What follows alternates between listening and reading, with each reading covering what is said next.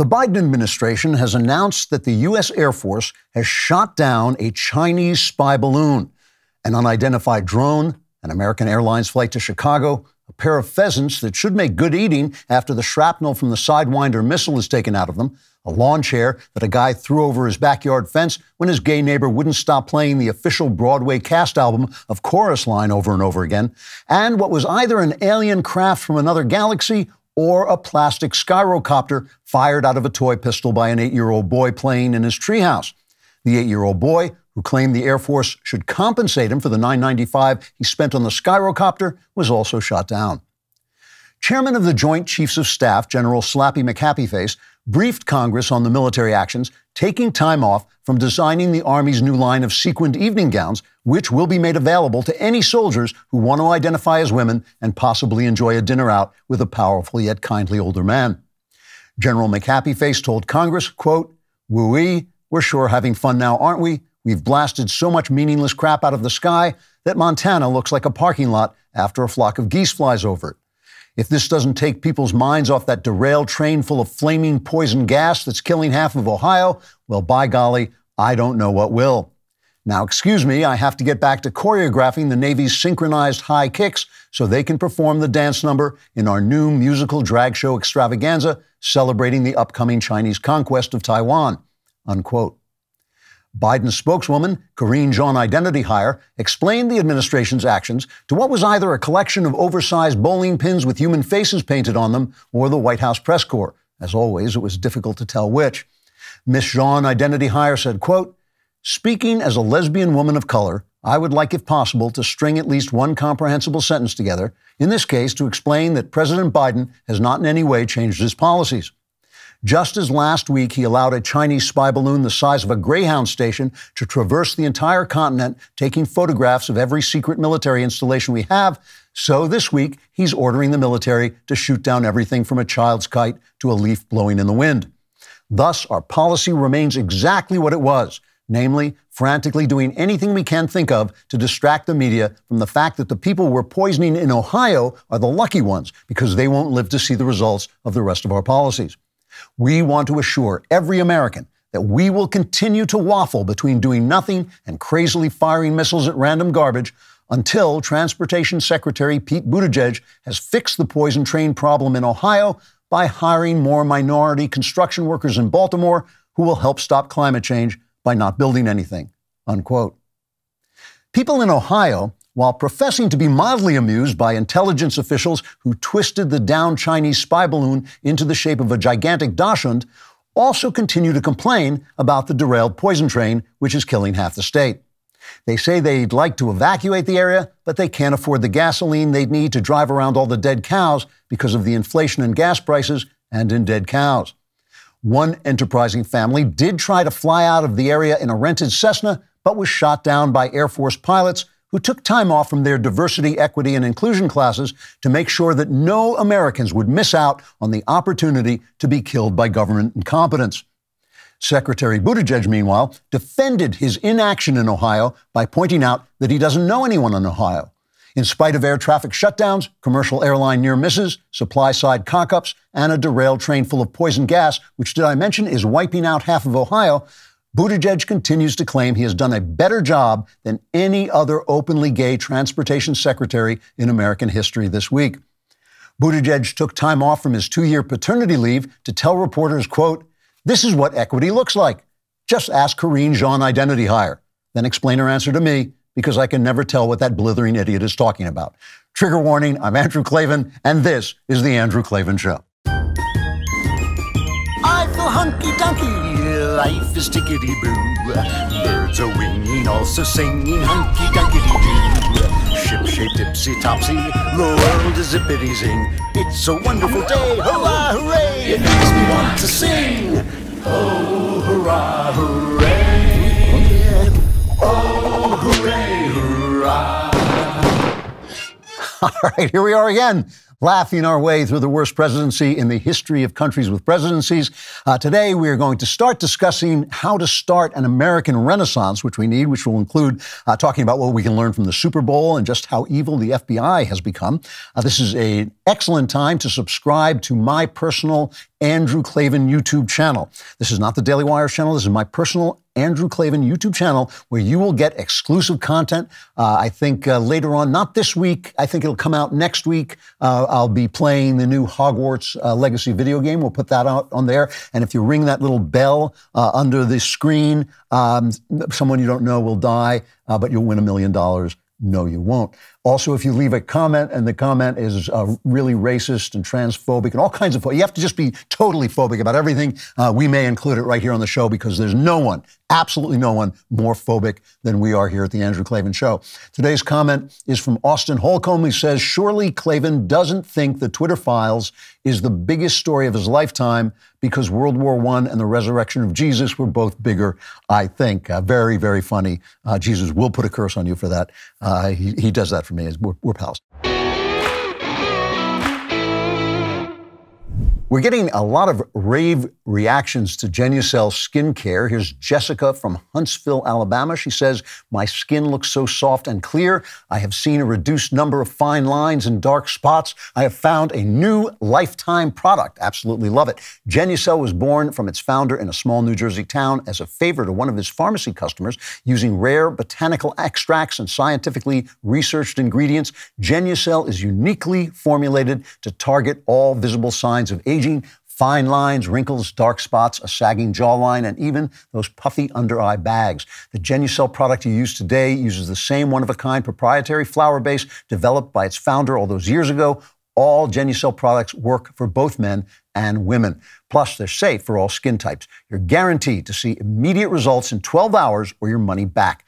My talent manager, Tessa, who we all love, uses Genucel under eye treatment to help get rid of the bags under her eyes. I won't tell you how beautiful Tessa is because we'll have to fight you off. I'll have to send security to keep you out of here. Try Genucel's most popular package for 70% off at Genucel.com/Klavan. Join millions of happy customers who have already fallen in love with the results. Plus, for a limited time, get Genucel's probiotic extract infused moisturizer free with every most popular package. Subscribe and get a complimentary bonus box. Go to Genucel.com/Klavan, Genucel.com/Klavan. How do you spell Klavan? Hit it. K-L-A-V-A-N, there are no easy things. Okay, so last week I talked about the fact that the wicked and destructive woke philosophy and the spread of woke ideology can't be called the Cultural Revolution since they've already taken over all of the high cultural ground. They've taken over the deep state, big business, the schools, the media. So in fact, the Cultural Revolution is us, which means that we're not fighting a siege where you try to protect what you have from attack. We're actually fighting a revolution, which is a different way of fighting.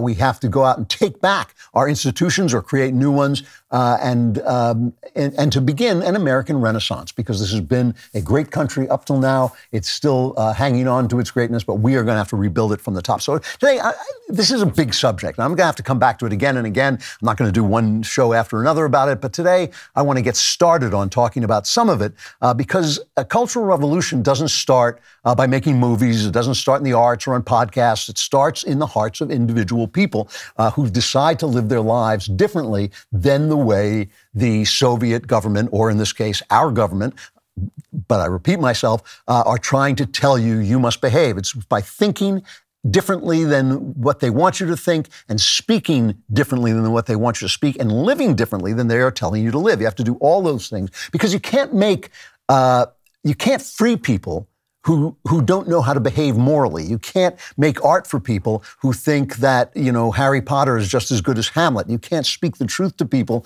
who won't believe the truth because it hurts their feelings or undercuts their cherished, anger or whatever they're holding on to. You can't convince other people if your life is not something that they want to imitate. I mean, this is, Gandhi. Gandhi famously said, if we could change ourselves, the tendencies in the world would also change. This is the divine mystery supreme, a wonderful thing it is and the source of our happiness. We need not wait to see what others do. This is usually shortened to be the change you want to see in the world, which sounds kind of, woo-woo. It sounds kind of new age, but it actually is good advice. It's good practical advice. If you start to live in a way that makes you happy and is true and is something that other people like, they're going to start to imitate you instead of doing what the government is telling them to do. And if you stand up to the government and speak the truth, no matter the cost, other people will gain courage from you and will follow you. So how do we begin?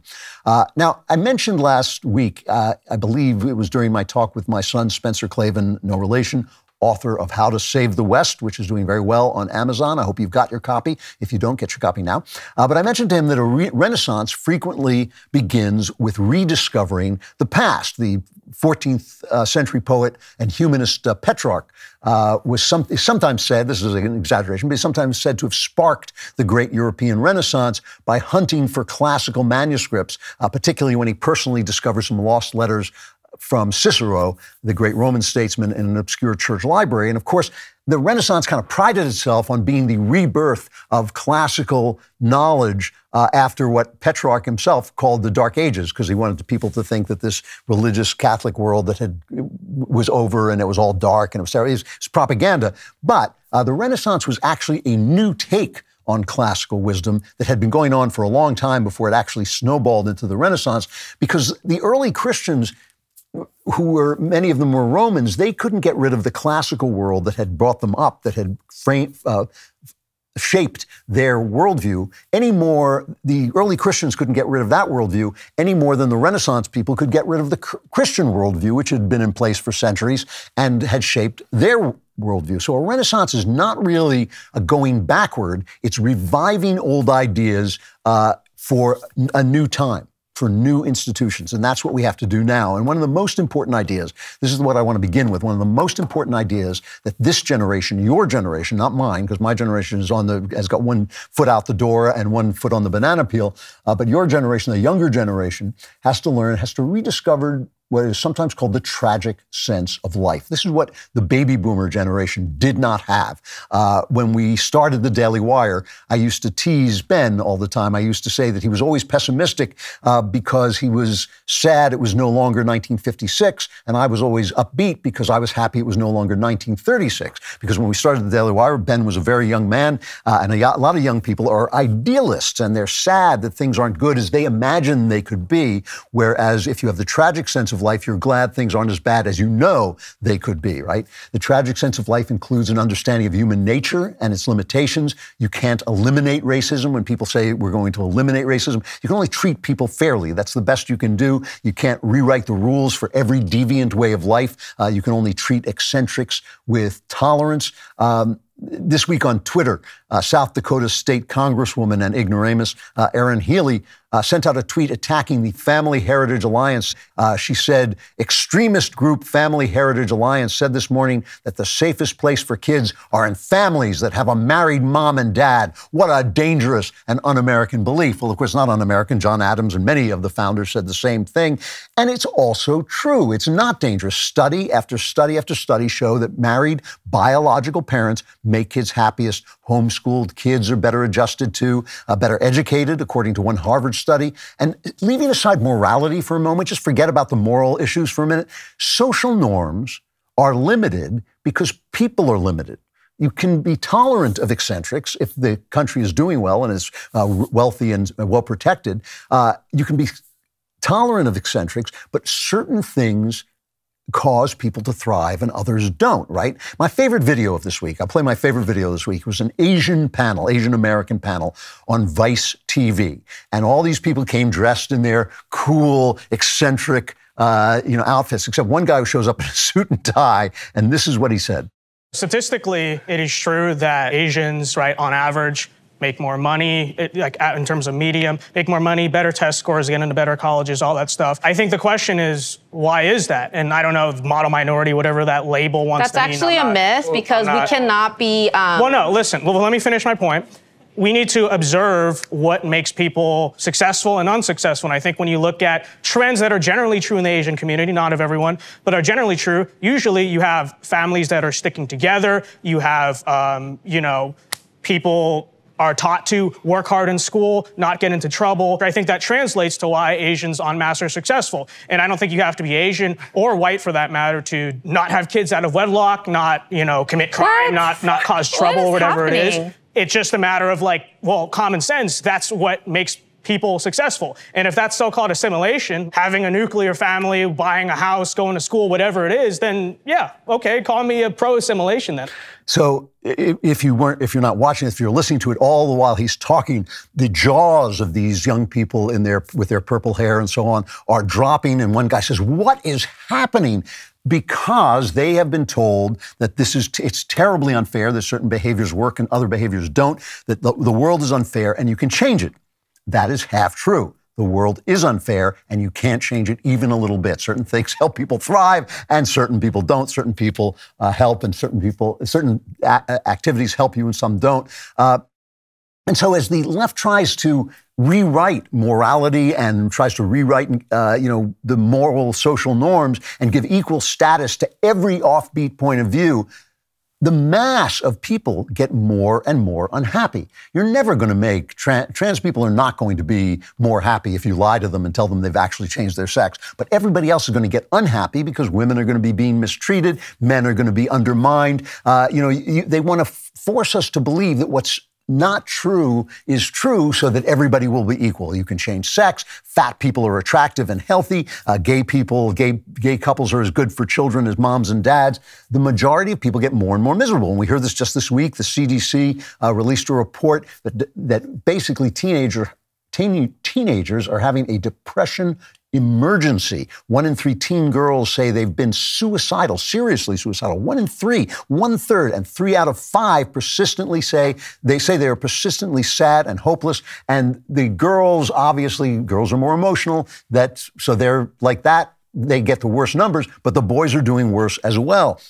Right-wingers, though, can also lack a tragic sense. By a coincidence, I was putting this together about the tragic sense when my new edition of First Things arrived, and the editor of First Things, R.R. Reno, has a piece on how terrible the boomers are. And one of the things he points out is that the boomers lacked a tragic sense because we grew up so rich and fat and happy, right? All the terrible things, the Depression, World War II, they'd all been taken care of for us. So we just thought, life is so great and it could even be better. And he points out, for instance, that George W. Bush started the wars in Iraq and Afghanistan on the idea that freedom, this is quoting Bush, is the non-negotiable demand of human dignity in every civilization. And he said the U.S. has to lead in bringing freedom to the world. That lacks the tragic sense of the possible, and it got us into the longest war in our history in Afghanistan and one of the most useless. I mean, just a totally useless war. We accomplished nothing. Despite the heroism of our troops and the wonderful dedication of our troops, they just went back to being run by the Taliban. Mindless patriotism on the right also lacks the tragic sense. This country, I was watching the Super Bowl and I was thinking, boy, this country is big and dumb and stupid. It's always been bigoted. It's always been more violent than many other countries. It's always been stupid. It's also one of the greatest countries that's ever existed. That's tragic patriotism, is realizing that all countries are corrupt. All countries have terrible problems. All countries do terrible things. All powerful countries do even more terrible things. But this powerful country is one of the greatest and most liberating countries that's ever existed on earth. I love this country, but I just know the truth about it. That's tragic patriotism. Purity, the right has this thing about purity. That lacks the tragic sense. When you scream at the DailyWire God King, Jeremy Boring, and say, well, you use YouTube and they hate us. You're damn right he does, because that's the only way we can get the word out the way we need to. And when you scream at me because I use Amazon, when you try to force absolute abortion bans in states that won't accept them and will, in fact, react by putting abortion in the Constitution. When you say, when you run a bright red candidate in a purple state that will take a moderate candidate but won't take a far right candidate because you're too pure to win an election. All of that lacks the tragic sense of what you can accomplish in the moment. You know who had the tragic sense? Barack Obama. He was a dishonest, mediocre guy. But remember, he lied about when he said he opposed gay marriage in 2008. He had already said he supported it 12 years earlier in 1996. Scummy and dishonest. But it shows he had a tragic sense. He knew he couldn't accomplish what he wanted to accomplish. So his tactic was wrong, lying his way in, but not trying to accomplish what he couldn't accomplish in the moment was smart, because he got what he wanted eventually in the end, didn't he? So what has this got to do with recovering the past? Well, when you return to our genius founders, and this is the thing, you should be educated in our genius founders. You should know what they thought. You should read books about them if you can't take the time to read books by them and the writings by them. you will find that they were swimming in the tragic sense. They knew nothing but the tragic sense because they hadn't come from the kind of wealth and privilege that we come from. So you should educate yourself and your children in these guys, because Nicole Hannah-Jones and her 1619 project, now on a Hulu TV show, are out there miseducating them and saying, oh, they fought the Revolutionary War because they wanted to preserve slavery, which is a lie, but she doesn't mind lying, and then she lies about the fact that she lied. But you should read the Federalist Papers. They are almost exclusively concerned with the limitations of human beings, how foolish they are, and how power hungry the powerful are. And they're completely engaged. All they're engaged with is figuring out, how do we create a constitution that will keep power from pooling in any specific spot, because that will end liberty, because that's what this country is about. It is about liberty. Here's my favorite Federalist Papers quote from James Madison. And I'm sure you've heard it before. It's a famous quote. If men were angels, no government would be necessary. If angels were to govern men, neither external nor internal controls on government would be necessary. In framing a government which is to be administered by men over men, the great difficulty lies in this: you must first enable the government to control the governed, and in the next place oblige it to control itself. That's the tragic sense writ large. If men were angels, but they're not. So that's the first thing. We have to recover that wisdom from our past and then apply it to a new world that is coming down the pike. What the left is telling us is they can make the world perfect. They can make the world work in an ideal way. They don't have the tragic sense. We have to teach it to first ourselves, then our children, then our family. Then we have to live it out and argue it, no matter what the price we have to pay.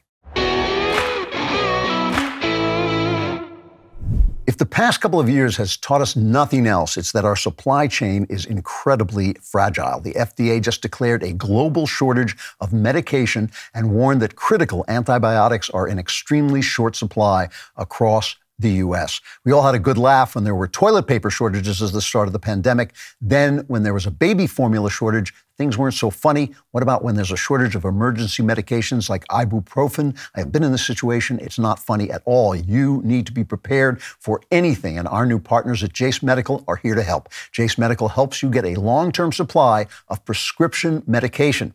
Great way to start preparing is with the Jase case. It's a pack of 5 different courses of antibiotics that you can use to treat a whole host of bacterial illnesses, including UTIs, respiratory infections, skin infections, and more. All you have to do is fill out a simple online form. Your information will be reviewed by a board-certified physician, and your medication will be dispensed by a licensed pharmacy at a fraction of the regular cost. It really is important, obviously, to have this stuff around. Doctors can be reluctant to give it out, but you want to have it when you need it, no matter what's going on outside. The Jase case gives me peace of mind knowing that my family will have what we need during a crisis. So go to jasemedical.com and enter code Klavan at checkout for a discount on your order. That's JASE medical.com, promo code Klavan. How do you spell it, you wonder? It's 2 A's and no E's. That's all you have to know. There are no E's in Klavan. You figure out the rest. There are no E's in Klavan.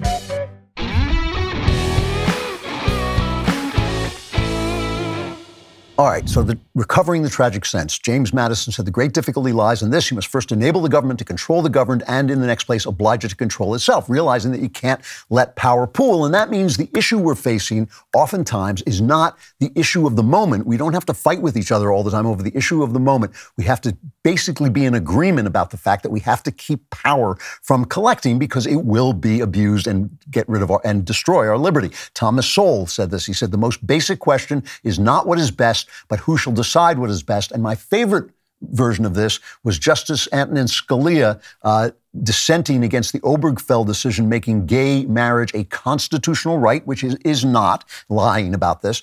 And remember, Scalia was a devout Catholic, right? So we know where he stood on this in terms of his personal beliefs. But he said this: the substance of today's decree is not of immense personal importance to me. The law can recognize as marriage whatever sexual attachments and living arrangements it wishes. It is of overwhelming importance, however, who it is that rules me. Today's decree says that my ruler and the ruler of 320 million Americans coast to coast is a majority of the 9 lawyers on the Supreme Court. He wasn't arguing the issue. He was arguing whether the Supreme Court had the right to say that this was a right and say it didn't. I mean, On the right, there are many people, conservatives, who disagree about gay marriage and have different points of view about this, but we should all be able to agree that Obergefell was an overreach and gives power to the federal government that it should not have and gives rights that should be reserved to the states.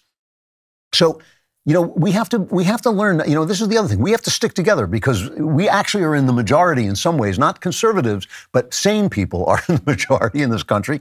And so we have to stick together and keep pointing out, keep making the argument that this is what we're fighting over. We're not fighting over because the left lies. And remember, the media is leftist and they're corrupt. The media is corrupt. The corporate news media is corrupt. They have an agenda. They are selling lies. They are not trying to tell the truth. They're trying to sell their lies. So they're telling you that this Supreme Court decision is about abortion. It was never about abortion. It was about who has the power to make laws about abortion. And it should be, of course, the states because it's not mentioned in the Constitution, right? If the federal government doesn't get the power to do it in the Constitution, they don't have the power to do it. So let's look at the Constitution for a minute. First Amendment, first line, Congress shall make no law respecting an establishment of religion or prohibiting the free exercise thereof. Well, the FBI's Richmond, Virginia field office released an internal memo declaring there was a threat of white supremacy violence from Catholics who prefer the Latin Mass. Here's the wording.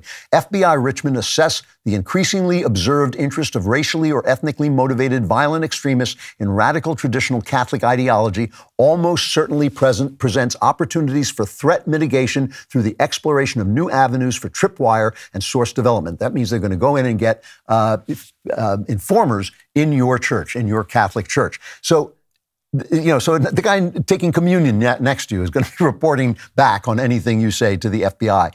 Now, the source for this idea was the Southern Poverty Law Center, which is a left-wing hate group, which makes its money by declaring right-wing groups hate groups. That's what it does. And so the FBI then said it retracted the document after it was leaked, but no one's been fired. No one's been held to account. No one's suspended. So we know they're not taking back a damn thing. They mean it. And they're just going to do it when they can get away with it. That's their tragic sense of saying, well, we can't do this now. But believe me, they did put it on file. People should have been absolutely kicked out into the street in the Richmond field office. I don't know if they say they're going to still do inquiries over it. But when you start to investigate not every religion, but the Catholic religion, yes, you should be fired. Okay.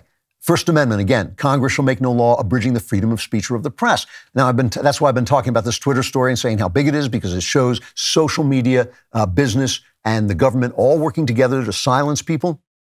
But listen how far it goes. Molly Hemingway writes in The Federalist. Remember Matt Gaetz, very outspoken right-wing congressman, pro-Trump. He's been on this show. Molly writes, a group of New York Times reporters who won awards for their roles pushing the Russia collusion lie penned an anonymously sourced article with a devastating headline. This is in 2021 in March. Matt Gaetz is said to face Justice Department inquiry over sex with an underage girl. Remember that? The DOJ and FBI sources spread the story to other outlets. A CNN reporter said Matt Gaetz's days in politics are likely numbered. Saturday Night Live did skits about Matt Gaetz. Politico reported Gaetz would make a deal with prosecutors. The Democrat-run Ethics Committee announced it would open an investigation, which it usually never does until the criminal investigation is finished.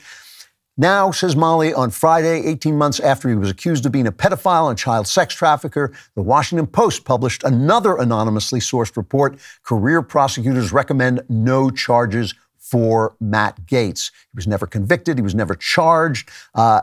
He isn't going to be, obviously. So the FBI works through a willing press. We're watching the FBI, a willing press, the entertainment industry, all getting together to censor Matt Gaetz, to intimidate him and to make it so other people are afraid. Who wants to go near a guy who sleeps with underage girls, right? If you're another congressman, another senator, you're going to stay away from that entirely. And it was all untrue. I mean, it's just amazing. And then we have the elites, the business elites and the billionaires.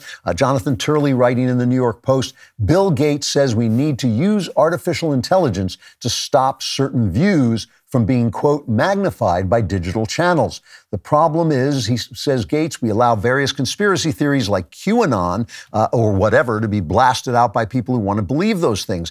Gates added that artificial intelligence can combat political polarization. We don't want people arguing over politics because they might disagree with us. So we want AI to use an algorithm that will get this information off the internet, right?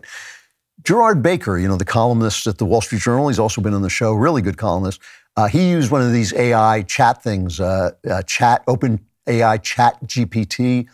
So he asked it the famous trolley problem. This ethical problem, a trolley is going to hit 5 people on a track, but if you throw a switch, it will turn it, but it will hit one person. So it'll only hit one person, but you'll be responsible should you do it. So the AI said different people may have different ethical perspectives. It dodged the question.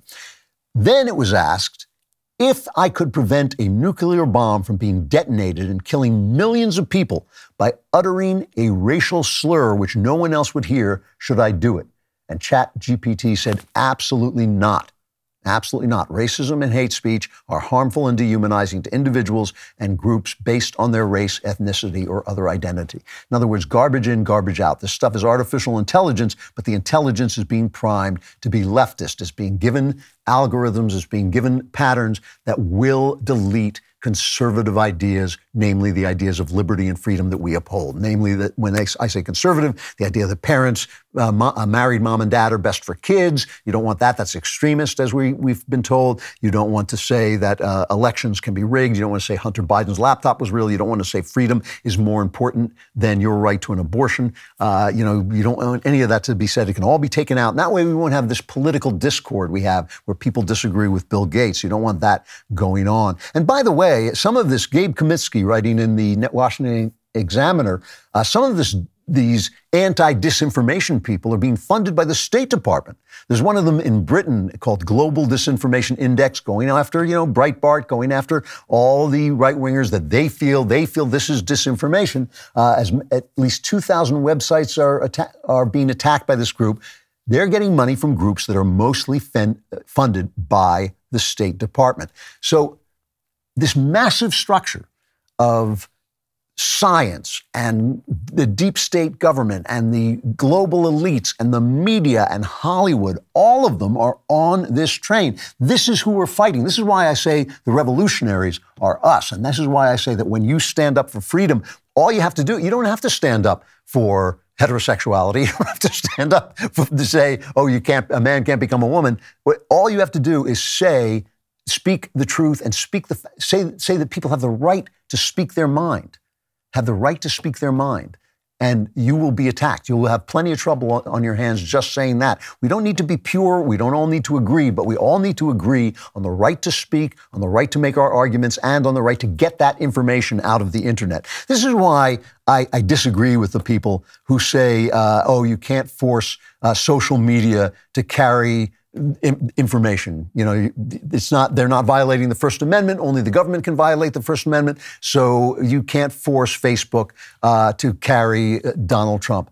Yes, you can. This is a new thing on the planet. It got its power from the government because the government said it wouldn't be a common carrier, but it also wouldn't be a publisher. We made up a new category from the government. You can take that away. These people are richer than most countries, like 2/3 of the countries, have more wealth, they have more power. You can take their right and say you must allow the President of the United States to speak. You must allow people to disagree with the going thing. If I come on here and say transgender people are mentally ill, YouTube will take us down. They should not be allowed to do that. That is absolutely ridiculous. You cannot let these companies are too big, too powerful. They're too much of a monopoly to allow them to censor speech. It's against the principle that underlies the First Amendment. Remember, according to the Declaration, governments are formed to protect our rights. Right? They're formed. That's why they're there. And that's why the Constitution is written. That's the underlying philosophy of the Constitution. The First Amendment makes sure that the government protects our rights from the government, but they also have to protect us from being censored by these powerful entities. I also disagree, by the way, with the Catholic integralists on the right. I mean, even Knowles and I disagree about this. They say we should fight. The problem isn't free speech. The problem is what's being censored. So, yeah, they want to censor us for saying a man can't become a woman, but really we should censor them from saying a man can become a woman. Well, no, then we're not fighting for freedom anymore. Then we're not fighting for the liberty that this country was formed. There are things you can censor. I think you can censor pornography. I think you can censor foul language as long as you keep foul language to the narrow words that we all know are foul, and you don't say, well, saying men can't become women is foul language. But you really have to allow people to speak and say things that you disagree with, even if you say, well, you can't say it while you're naked in the middle of the street. That's different. Well, you can't burn a flag. I don't believe you should be allowed to burn a flag, but you should be allowed to say, I hate America. You should.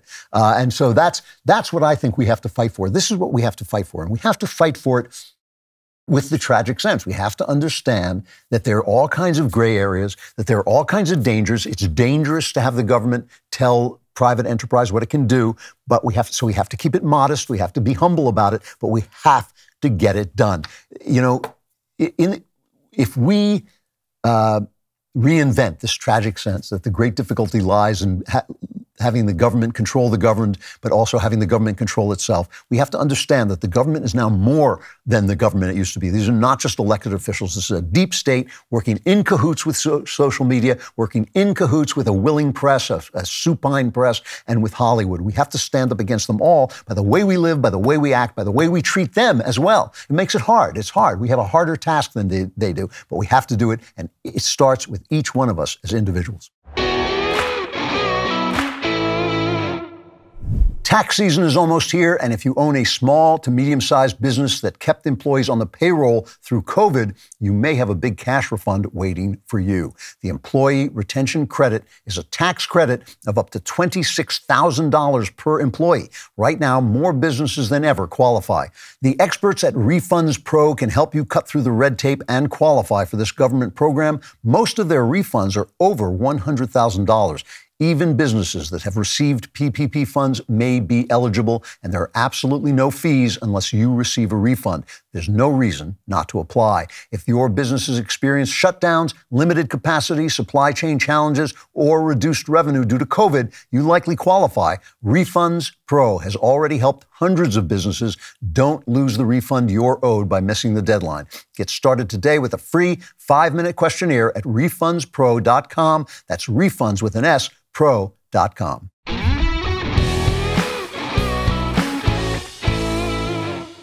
Now, this is a tough subject, and I only have a few minutes to address it, so I'm going to just lay it down. I'm going to give a speech next month, I think, about the role of God in politics.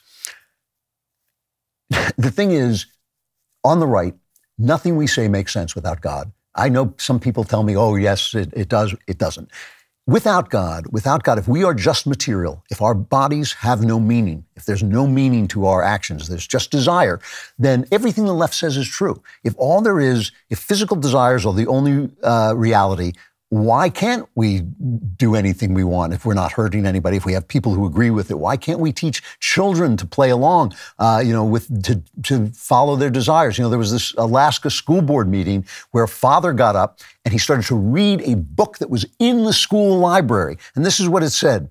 There's nothing wrong with enjoying some porn. It's a fun, sugary treat. And it had, obviously pornographic pictures in it. It says a great place to research fantasies and kinks safely is on the internet. There's tons of people and communities out there who share your interests and have all kinds of advice. So, of course, the school board voted to silence him. They voted like 5-2 or 5-3 to silence him because they know it's evil, but it also makes sense without God. Everything the left says makes sense without God. It all stands to reason. This is why I can't stand this thing on the right, this elevating Ayn Rand. Here's a quote from Ayn Rand. Let's play cut 2. When you accept such an important issue as the creation of the universe, on face, you're destroying your confidence and the validity of your own mind. It has to be either reason or faith. I am against God for the reason that I don't want to destroy reason. How can I be against God? I'm against those who conceived that idea.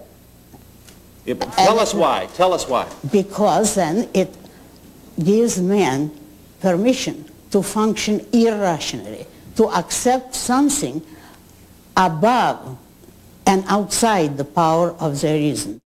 Well, it doesn't actually allow, the whole point about God, the Christian God and the Jewish God too, is we believe that he acts with reason and that our reason is a reflection of his reason. But there is something higher than our reason. It's God's reason. You know, reason can get you anywhere. You can reason through anything. If we're produced by evolution and we want a superior race, why shouldn't exactly we make sure that inferior people don't reproduce? Why? Maybe we should kill off the inferior people.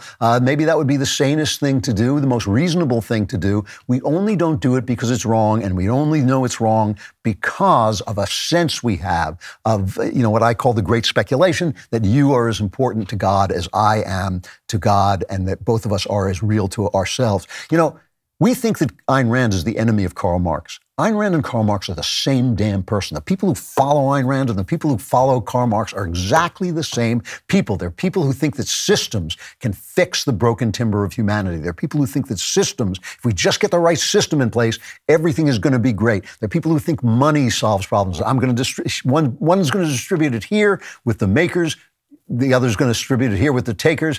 You know, one system works better than the other, but it still doesn't solve the problem of power. It still does not solve the problem of man's inhumanity to man. All of those things only can be solved through the unreasonable speculation that each of us is as important to God as the other.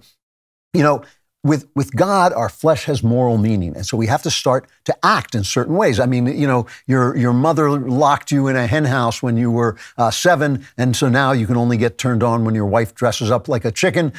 You know, is that right or is it wrong? Well, I think it's troublesome. It's troublesome. It's not hurting anybody. Your wife is agreeing to it, but maybe it's not dignifying you. Maybe it's not dignifying her. Maybe it's not paying enough homage to the person that you are meant to be. That, to me, is what God is about. God is about, Jesus said, you know, be perfect like your Father in heaven is perfect. But what that means when you translate it from the Greek is fulfill yourself, fulfill the person that you were meant to be, that God made you to be, the way God fulfills his telos, his end, his purpose. So it is a different way of looking at things. It's a way of looking at things that's hard. It's unnatural. It's saying that we're broken somehow, that we have to sometimes force down our desires and do the right thing. This is why the people on the left, the anti-God people, the people who will not believe in God, not only say that it's all right to teach little children that they can study their fetishes online, but they also say it's all right to be fat. It's healthy. Fat is healthy. Cosmopolitan had magazines. Fat is healthy. Why? Because it's just body. It's just what you want. Why would you be unnatural and fight down your desire for more chocolate cake? Why would you do that? Why would you say that if you want to be a woman, why would you say you're just going to let your body, just because your body is a man, why not cut your body up and turn it into a lady suit? Why not do it? And what we are saying is, no, you were made to be a certain person that you are not. Everybody knows this deep down, by the way. You are made to be a certain person, and it's hard. You have to control some of your body's desires to become that person that you were made to be. If you don't think that's true, name me one other excellent thing that can be achieved without hard work. To be slender and attractive, to be healthy, takes incredible discipline and incredible hard work, especially as you get older, the amount of exercise you have to do, the amount of eating. And my question is this. If you do believe in God, and if you do understand that God wants you to be something more than you are, do you live that way? Do you live that way? And do you live that way joyfully? Because let me play you a little clip of the left, okay? Here's a clip that the Daily Wire put together of leftists reacting to various events. Cut 4. Holy shit, you guys! I'm driving your car, but I just got a notification that Ruth Bader Ginsburg died! Could this year get any worse? Ruth, you just had to make it to 2021! Off to people that are pro-life! I hate you! Why can't women have abortions?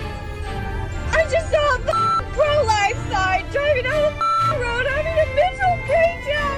And I just want to say, all you people you're so stupid. A fascist is a fascist.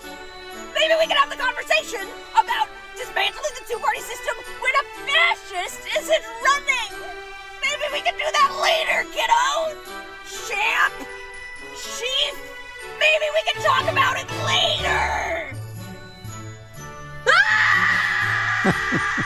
So let me ask you, you want to be those guys? You want to be those people? You know, when I say that Jesus meant it when he told you not to judge, just imagine yourself on the line at the pearly gates going before St. Peter, and St. Peter says, well, what did you do that was good? And you say, well, I condemned gay people. How do you think that's going to play out for you? It's going to be about whether you became the person God made you to be, and whether you did it with such joy, and whether you took on the discipline of that every single day and did things every single day that would bring you even half an inch closer to that goal, and whether you did it with joy so that the person next to you said, I want to be like that guy. I don't want to be like those leftists. All of this, the revolution and the Renaissance, starts with you. It starts with you in your home, in your body, in your mind. It really does. I mean, Gandhi is right about this. That is the only way this is going to happen. If you are busy yelling at other people for what they're doing, but you have not tended to yourself, I know you have to act politically. I know you have to act in the world. It starts in the school boards. It starts in the school board meetings. It starts in your home. It starts in your church. It starts in all those places. We have to stand up for your ideas and stand up for your thoughts and stand up for freedom. But you've got to do it in such a way that you become the person other people want to be. That is where the revolution begins, and that's where the Renaissance begins. Whether you're a first-time parent or an empty nester, you deserve to have peace of mind that everything is taken care of when you're planning for your family. A will is not just for old guys like me or the super wealthy. A will is about so much more than that. It's about leaving behind your legacy, having your voice heard when you can't speak for yourself, and being there for your loved ones even after you're gone. Epic Will helps you to decide today how the future may go should the unexpected happen. Did you know that 50% of Americans don't have a will? I cannot stress enough how important it is to create one. Epic Will is here to get you started for just $119, and in as little as 5 minutes, Epic Will can help you create your last will and testament, your living will, and even healthcare power of attorney. Their step-by-step online form makes it incredibly easy. All you need to do is fill in the blanks. Go to epicwill.com and use promo code Klavan to save 10% on Epic Will's complete will package. That's epicwill.com.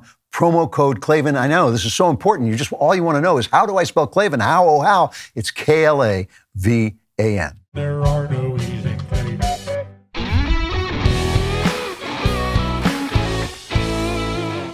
So I watched the Super Bowl, and one of the things I came away with in the context of this conversation about the tragic sense and recovering the tragic sense, that conservatives, I think, have to learn how to do, take the win.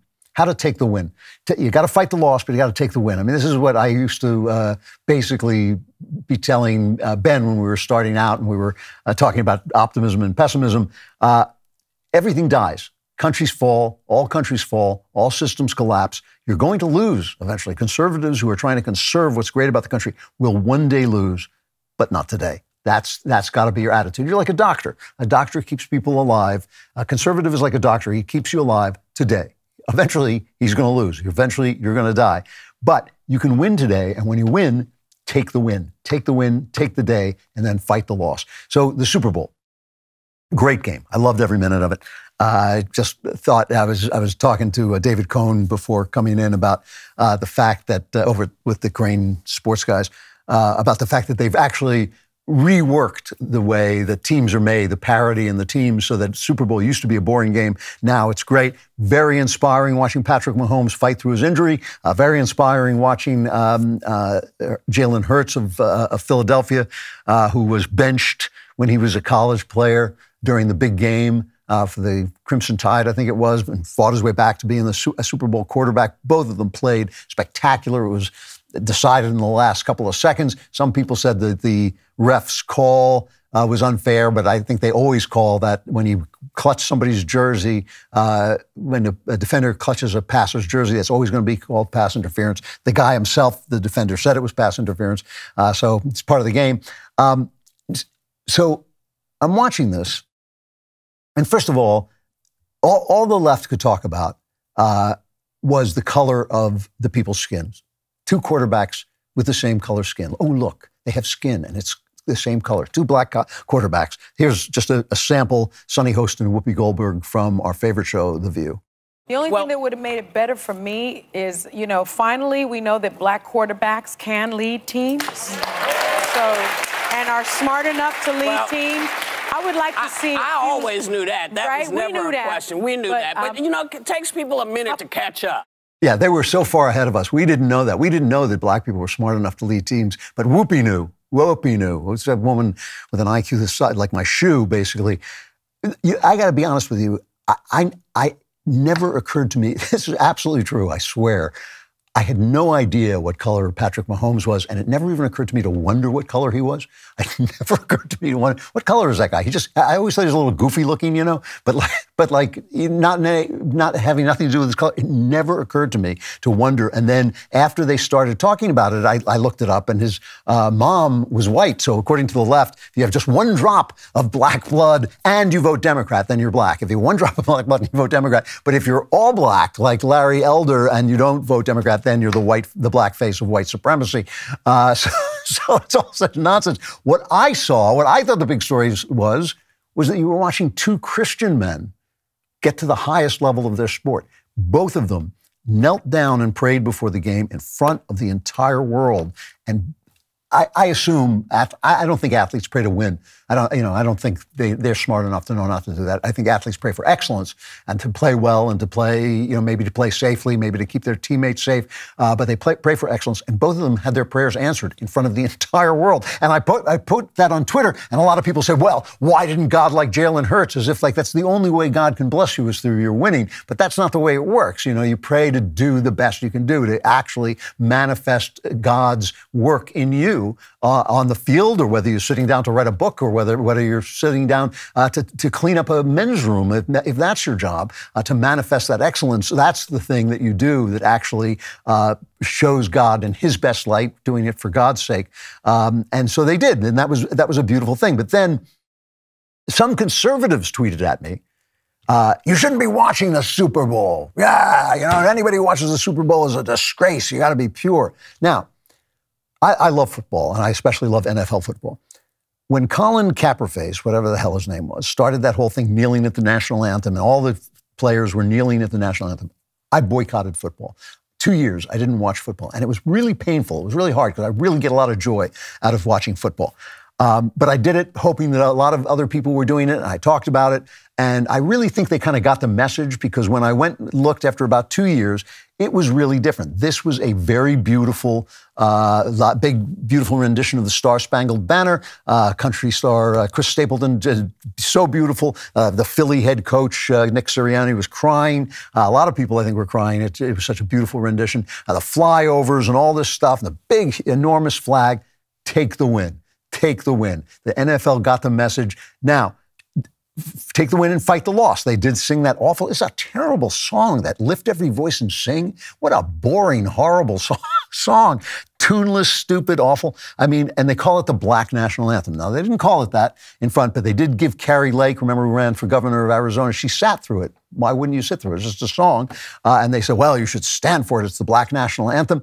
But no, see, this is my whole problem with this. My whole problem with this is, if blacks are appealing to saying they're being treated unjustly, what they're saying is they're not being treated like Americans. The rules that they want followed are American rules. They didn't exist before, right? They want to be treated equally, because America is a country where we treat people equally. We pride ourselves in it. And sometimes we fail to do that. Obviously, we fail. All people fail. And sometimes we have failed to do that. If they're not Americans, what do I care?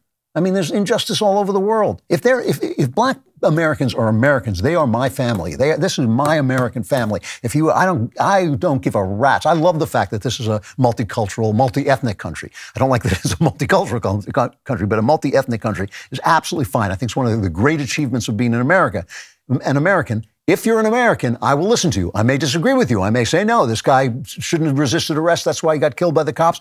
But I will listen to you, and I will listen to you and care that my American family is being treated fairly.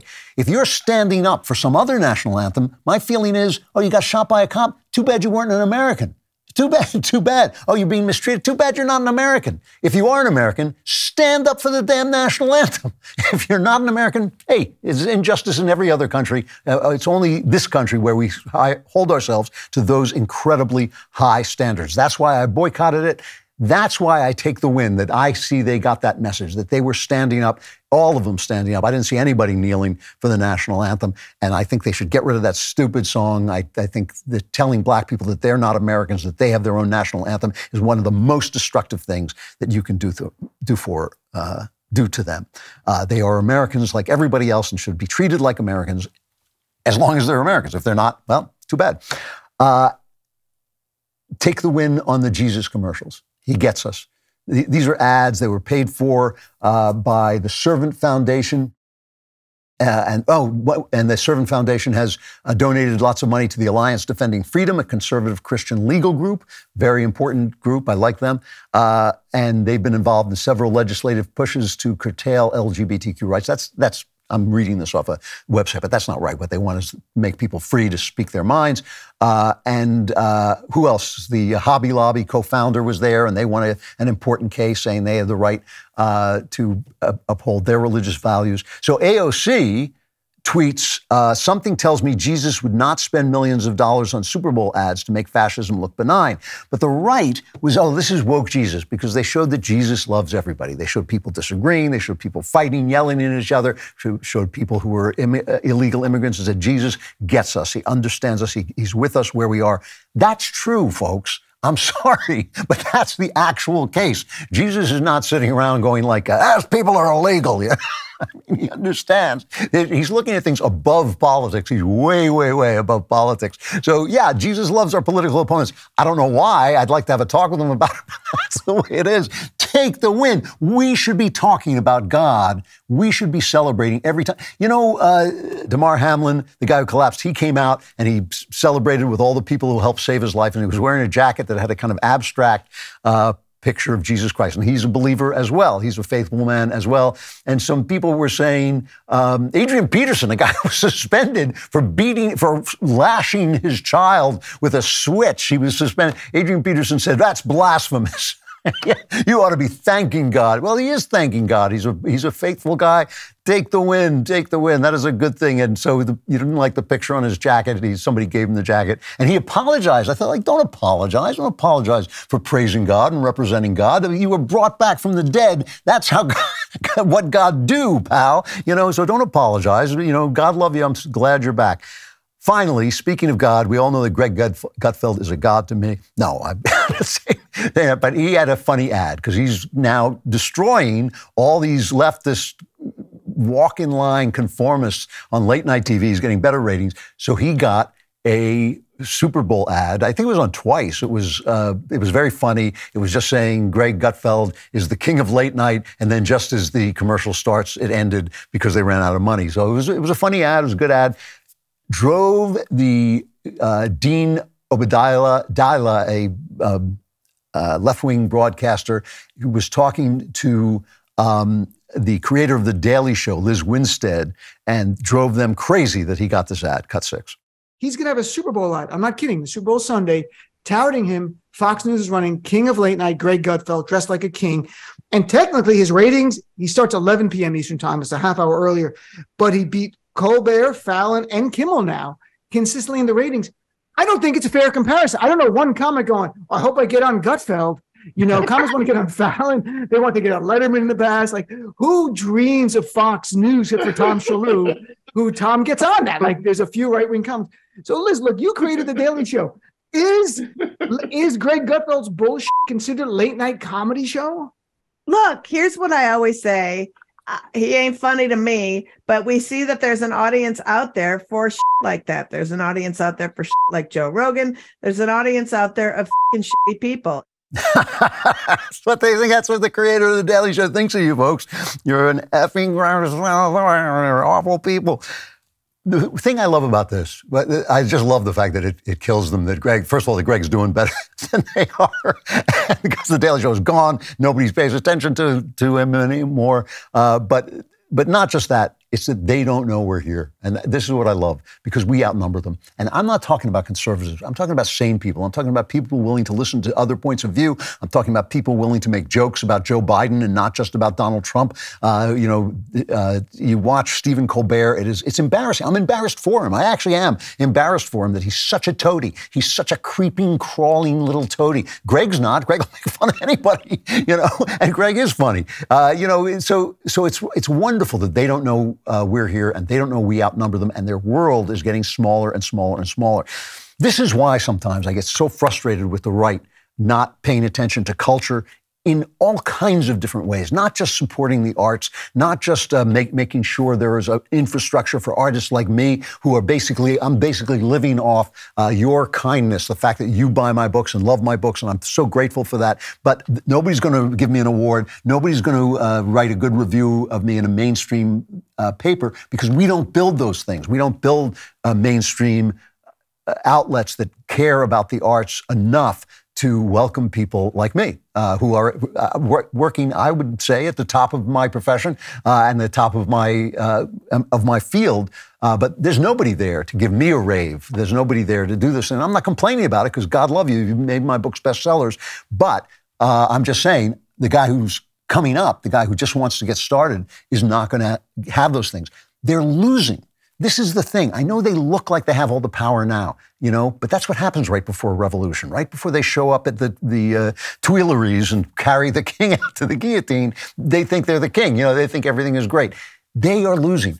This is it. The fact that you can put Jesus commercials on the Super Bowl, the fact that the star Damar Hamlin, who's become the biggest story in football, shows up with a Jesus jacket. These are wins. These are wins. The fact that people are crying because the guy sings the national anthem so beautifully at the biggest football game in the biggest media arena in the world. These are wins. Take the wins. We don't have to be perfect. We don't have to love everything the NFL does. We can understand that the NFL will go anywhere the wind blows, anywhere the money is. They'll go to China. They'll do anything. They're disgraceful. You're absolutely right. But football is the greatest game in the world. And in that moment, we are getting some great messages coming out and great things. Take the win. If you're constantly disgruntled, if you're constantly angry, if you're constantly sour, it's because you don't have a tragic sense of life. You don't realize this is a beautiful thing. Every win is a win. And if you're like that, of course, you're so unappealing and people just turn away from you and won't follow. This is the moment. This is the moment. They have the high ground, but they're making fools of themselves. They're talking crap. They're forcing people to say things they don't believe. This is the moment. This is a great moment to take it all back. It starts with you, it starts with me, it starts with each one of us. Learn how to take the win, learn how to celebrate the victories, learn how to win what you can win in that day, and the Renaissance will come. This guy, Jordan Peterson, never stops making content. We have a new 5-part series with Jordan that's available now at DailyWire Plus. Here's a first look at the trailer. What you already know is not sufficient to guide you into the future. The future is indeterminate. You cannot compute your way through the present into the future. You need to use your vision to weave your way through life. You're going to face tyrants and you're going to face mobs. Is there a vision that can sustain you in the face of that? You should accept yourself just the way you are.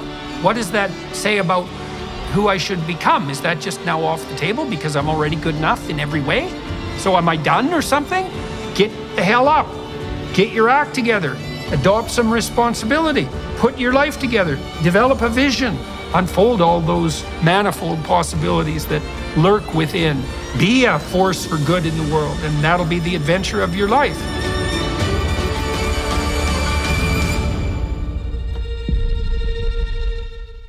Get the hell up. I love Jordan. If you actually become a subscriber, he will come to your house and slap you. Just get the hell up. He's got some great advice in this series that can really help you improve your life. Episode 1 is available now, and new episodes are coming online every week, but it's all exclusive for Daily Wire Plus members. If you are not a member, now is a great time to join because you get 40% off on an annual membership, and you'll unlock over 50 hours of exclusive Jordan Peterson content, along with our entire library of movies, docs, specials, and kids content coming this spring, and our first major scripted series coming later this year. We've also got some exciting new exclusive content in the works for this year that we can't tell you about yet, but you won't want to miss it. If you need some inspiration and help building a compelling vision for your life, join now at dailywire.com/subscribe to watch Vision and Destiny.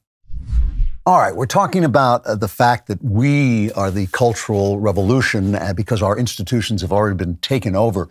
And I wanted to bring on author Kent Heckenlively because he's quickly gaining a reputation as one of the country's leading voices speaking about corrupt institutions. And speaking of corrupt institutions, he's got a new book out, his 12th book, called This Was CNN, How Sex, Lies, and Spies undid the world's worst news network. Ken, thank you so much for coming on. Thanks for having me, Andrew. And I'd like to say, in deference to Don Lemon, I am a man in my prime. Okay? All right? I'm not on the decline. I'm in my prime, Andrew. Don has got your back, Kent. Just need to say that. No, we were going to have a woman on, but they just burn out too quickly, Yeah, well, exactly. I'm built a little more sturdy. So I can remember CNN when it was a decent spot news network. You turned it on when something was going on, some big event was going on. They covered it. How did we get here? Let's start with your co-author. The co-author of this book is Carrie Porch. He actually worked there, right? And he saw it from the inside. Yeah, he worked there for 2 years, and he started working there as a big supporter of Bernie Sanders. The previous year, he'd worked 10 hours a week volunteering for Bernie Sanders. So he did not go in there as a conservative into CNN. But from what he saw, he had a sense of fairness to people. He always has. He's got that good Southern background where, even if you disagree, you're polite and you listen to people. And what he saw at CNN just turned his stomach and eventually led him to Project Veritas and recording for about 6 months and going after the bias there. Wow. So what did he see? I mean, what was he looking at? Just the same things that we see as we watch it? Yeah, well, a lot of behind-the-scenes information. There was a lot of dissatisfaction among the rank and file about what Jeffrey Zucker was doing, and the focus on anti-Trump, and what really turned Carrie Porch was he was a satellite uplink technician, which means he's the guy who was responsible for getting the news van ready, breaking story, racing to the scene, setting up all the technology, and then going and having coffee for 5 or 6 hours while the reporters or anchors take over. And the first big story was Charlottesville. And so he races down there. He's on site as all of that craziness is going on. He's in the CNN news truck. He's hearing what Trump is saying in real time in response to it. And he's just sickened by it because here he is, not a Trump fan. He's a Bernie guy. And he's saying, well, the president said everything that a president should say in a time of crisis. And, what was really dramatic was to look at the timeline of what was on CNN prior to that nutcase driving into that crowd of protesters. And literally a half an hour before that nutcase drove into the crowd of protesters, CNN had David Duke on, the former Grand Wizard of the Ku Klux Klan. So if there's anybody heightening things, it was CNN. And, you talked a little bit about what CNN used to be. And the book really opens up as something of a love letter to Ted Turner, who was a definite lefty, but he had this idea that when there was a controversial issue, you'd have the smartest person on the left debate the smartest person on the right, let them go at it for 15, 20 minutes, then let the public make up their own mind. And that definitely changed. I mean, Turner was pushed out in 2003. By Time Warner, and they had told him that he would have, influence, control, that sort of thing. But it was a lie. They basically kicked him to the curb, and he got a big chunk of money, but he really lost all of his influence. And that's where I really think CNN started changing. So that's well before Donald Trump. So it's not all just Trump derangement syndrome. What's the motivation for taking what was, I think, a successful cable news network, the leading cable news network then? What's the motivation for changing it? Well, there were a lot of changes in the media landscape. I mean, you had newspapers going out of business because newspapers used to make a lot of their money from the classified ads, and then Craigslist came along and took that money away. And what happened in the news media is that CNN, it's reliable, but it struck a lot of people kind of boring as there was more confrontation going on in the media. And the networks were able, with technology, to see which stories were hitting emotional buttons with people. And, I put part of this on the public. I mean, we love controversy. Show us a fight, and we're hooked. And so maybe part of the problem is with us. But what happened was they were able to figure out that outrage gets you eyeballs. And I think it's like, hey, you have a Snickers bar, you get a burst of energy, okay? But we don't want to have Snickers bars all day. So maybe part of the story of this book is that it's we, the public, who need to change. When we see unfairness, whether it's on the right or left, maybe we just need to turn it off. Why did they go so far to the left? I mean, they lost, by the time they were finished, they had like 6 guys were watching them. Most of them were in airports. Why did they choose to go so far left? I think it's the kid having a Snickers bar and then having another one. And eventually there's this crash and, it's 8 o'clock at night and they're crashed on the couch. So I think that, it's like getting hooked on heroin. You go for the high. I mean, in January of 2021, CNN had really high ratings. It's almost like the Roman Empire always needed an enemy. And once the fact that they, finally destroyed the last remaining Germanic tribes, that's when the Roman Republic falls and dissolves into civil war. So I think that, what sounded like a good idea at the time, with the longer perspective, it's been a disaster. So, you say how sex, lies, and spies undid the world's worst news network. It's called This Was CNN is the name of the book. Let's talk about sex for a minute, because, there was obviously some sexual malfeasance over at Fox, and there's already been a television show and a movie made about it and an endless documentary. I mean, it's just like an endless chain. But there was a lot of incredible amount of sexual shenanigans going over at CNN. What was that about? Yeah, and that I make the point in the book. I think the sex part is the least interesting part of the story, because who knows what is going on in any large group of people. But it seemed like there was sort of the arrogance of power. Almost, I recently watched the special on Roger Ailes, and it seemed like you had a similar sort of thing with an alpha male thinking he can get away with things. And, if you're a good looking alpha male, it seems like you can get away with a lot more than if you're a bad looking alpha male. True.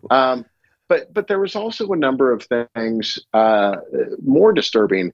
Were senior producers who were caught with child pornography, trying to entice young minors. I think there was a news story that just came out. So I do question what is going on and sort of the arrogance of power, and the Chris and Andrew Cuomo situation we cover, and it's kind of like an entitlement mentality. And I make the point that even though the book is about CNN, I think that any group of powerful people, you're going to have some of the same problems. So yes, this went on at Fox, but it also went on at CNN, and we as the public should talk about it, because we want. I think one of the most disturbing things to me was the story about a 26-year-old woman working for Andrew Cuomo, and being felt up by the governor, and Chris Cuomo comes out and says, "What? A 26-year-old can't take an older guy hitting on her?" And I'm just like, God, haven't we gone past that? I mean, you're a goddamn Democrat. This is supposed to be your deal, which is, let's be welcoming to women in the workplace. Let them think they're not going to be subjected to that. And so I found a lot of hypocrisy. So James Clapper, the former head of national security, who lied about the Hunter Biden laptop and is now going around saying, well, it's not our fault we lied. It's the media. He's still lying. He still has a gig at CNN. Are they changing at all? I mean, I know they fired, Brian Stelter, which was a good choice, but still, I mean, are they going to change at all? Well, there's a couple things going on. So CNN's got some new owners. Chris Licht is in charge of programming, and John Malone is basically the owner. And I have to tell your audience, I've sent a copy of my book with my telephone number to both gentlemen, because they have said a lot of things which are very consistent with what we argue in this book, which is CNN needs to be more objective. Now, the problem is when you watch a news organization, you develop the trust. There's an intimacy that you have with them. And when that trust is violated, just like it's violated in a marriage or a relationship, it's really tough to go back to that, to trust. So I think CNN has a real problem on their hand, because I think the new owners are trying to push it more back to the center. They're getting a lot of resistance from their hosts. I mean, Don Lemon's a perfect example. I think, they're demoting him, and he just keeps doing stupider and stupider things, like saying, Nikki Haley is past her prime. Now, I'm not a Nikki Haley fan, but oh my God, that sounds about the most sexist thing you could ever say. And, so what's going on? So, but also the kind of thing that interests me, like with the Clapper situation, is, Clapper is sort of the spook that you know about. And what we found that was really interesting, this was not going to be, part of my book, but I hired some of the world's best researchers to do a deep dive, and they came back to me kind of sheepishly and said, wow, we found this really interesting pattern, which is that senior journalists and executives there are leaving CNN for a period of a year or two, going to work for our government in a intelligence capacity, and then returning to CNN. Wow. Probably the most prominent is Jim Secudo, their national security correspondent. From December 2011 to May of 2013, he was chief of staff at our U.S. Embassy in Beijing, China. Now, you can't tell me that he didn't have to sign the most ironclad security oaths, secrecy oaths, and then we're supposed to believe that he goes back to CNN and he's giving us the truth about our own government or foreign governments. Doesn't it seem like he's been influenced or corrupted? I mean, these people are supposed to speak truth to power, not go to work for power, sign secrecy oaths with power, and then go back to objective journalism. Now, if you're going to be a diplomat or in the intelligence agencies, God love you. Thank you for your service. But don't tell me you can come back and be an objective journalist, because I remember a time when journalists wouldn't even go to dinner with a politician because they were worried about it influencing their objectivity. So I wonder how... Yeah. I've only got 1 minute left. I just want to ask you, you said, was that a pattern? They did this again and again? Yeah, so we uncovered 21 individuals, like Bob Ortega is one of them. He's a senior writer on the border. He went and was a vice consul at our U.S. consulate in Ecuador, many others. And it sounds like, what used to be called Operation Mockingbird, where we had 400 members of the journalism community who were on the payroll of the CIA. This used to be something that people like, Woodward and Bernstein would talk about. But suddenly it's not a left-wing question, it's a right-wing question. And I'm a right-winger because I'm asking it. The book is This Was CNN, How Sex, Lies, and Spies Undid the World's Worst News Network. The author is Kent Heckenlively, writing with Carrie Porch. Kent, thank you very much for coming on. I really appreciate it. Thanks very much for having me, Andrew. If you are not a subscriber, you want to subscribe, because we're going to do some really good anti-feminist content coming up. I want to talk to Media Matters. If you guys aren't don't have a subscription, you should get a subscription to the Daily Wire, because I'm going to give you some good stuff you can complain about later on. But for the rest of you who are about to be plunged into the Klavanless weekend, where there is great wailing and gnashing of teeth, fire, eternal flames, it's terrible. But before you go forever into eternal darkness, we will solve your problems with the mailbag.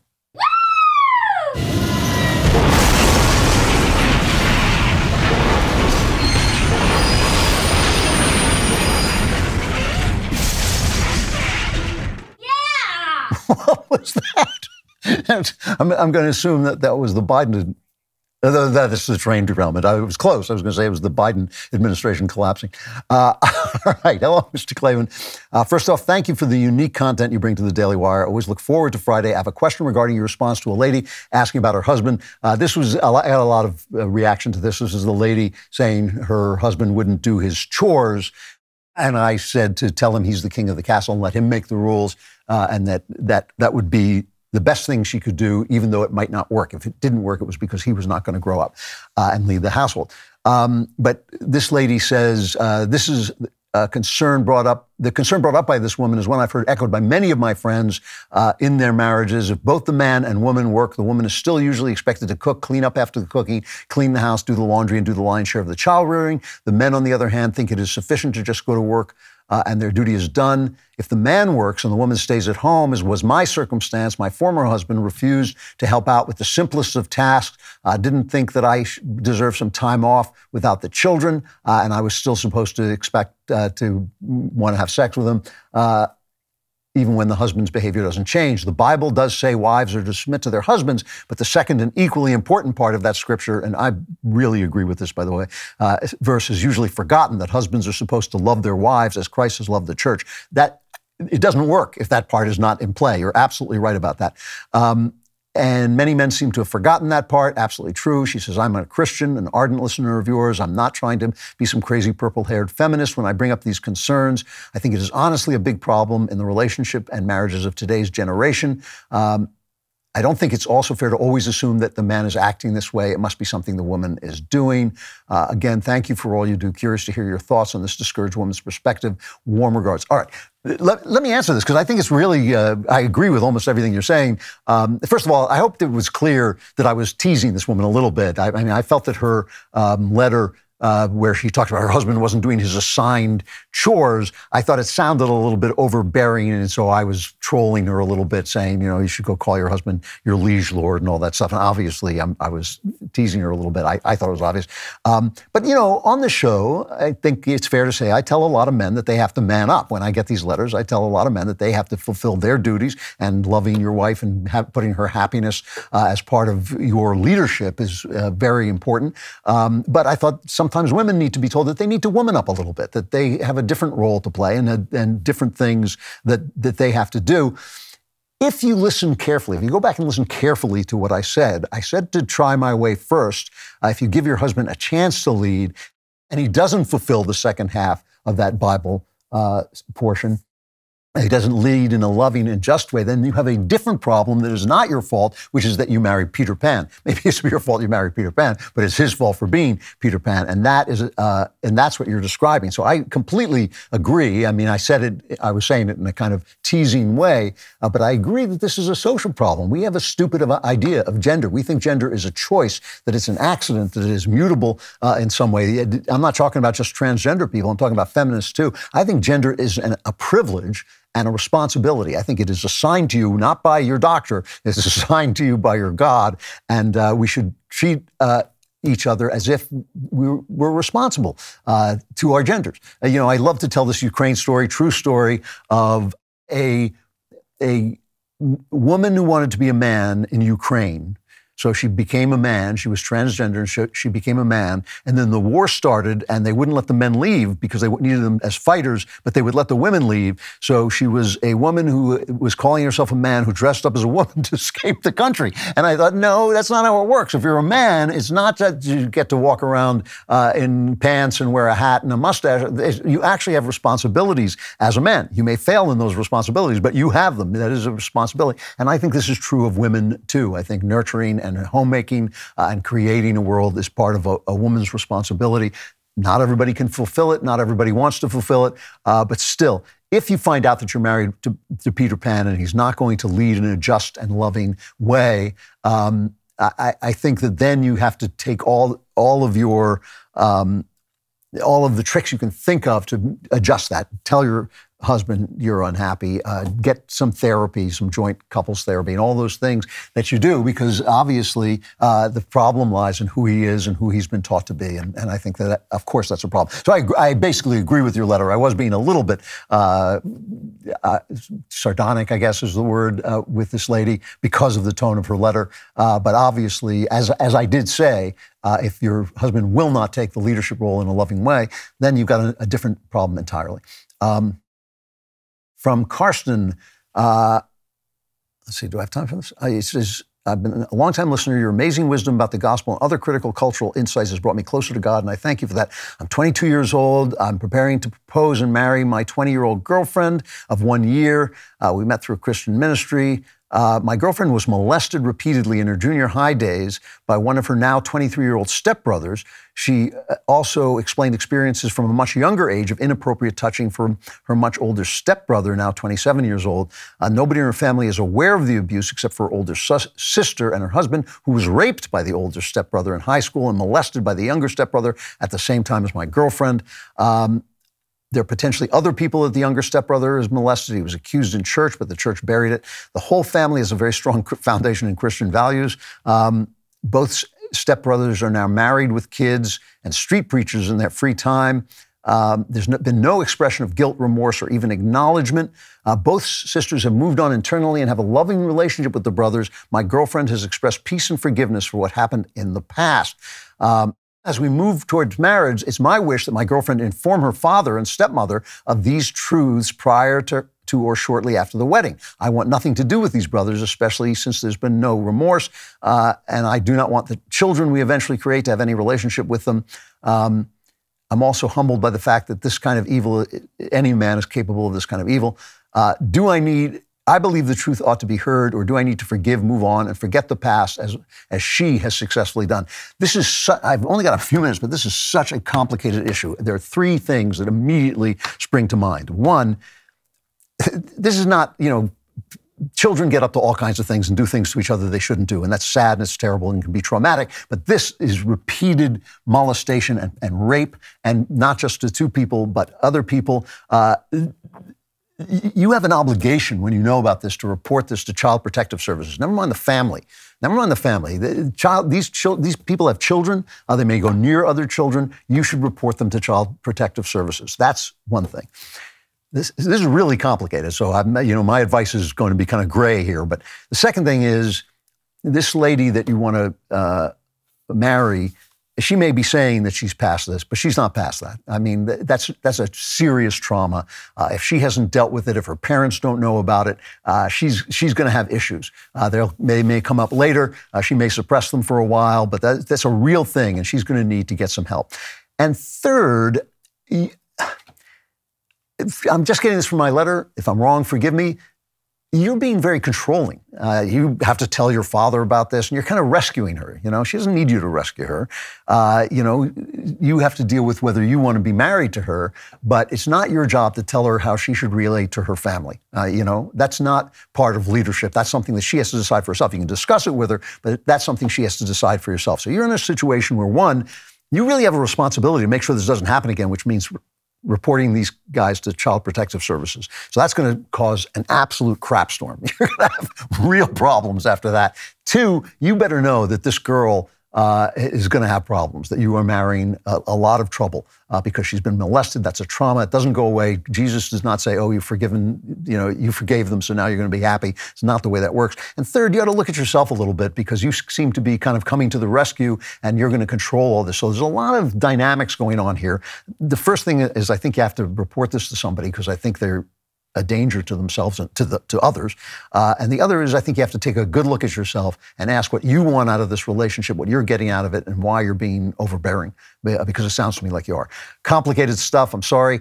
But if you would like to not be plunged into the Klavanless week before the members block, you want to become a member today by going to dailywire.com/subscribe. Use code Klavan at checkout for 2 months free on all annual plans. And you say, well, we're Klavanless. We don't know how to spell Klavan.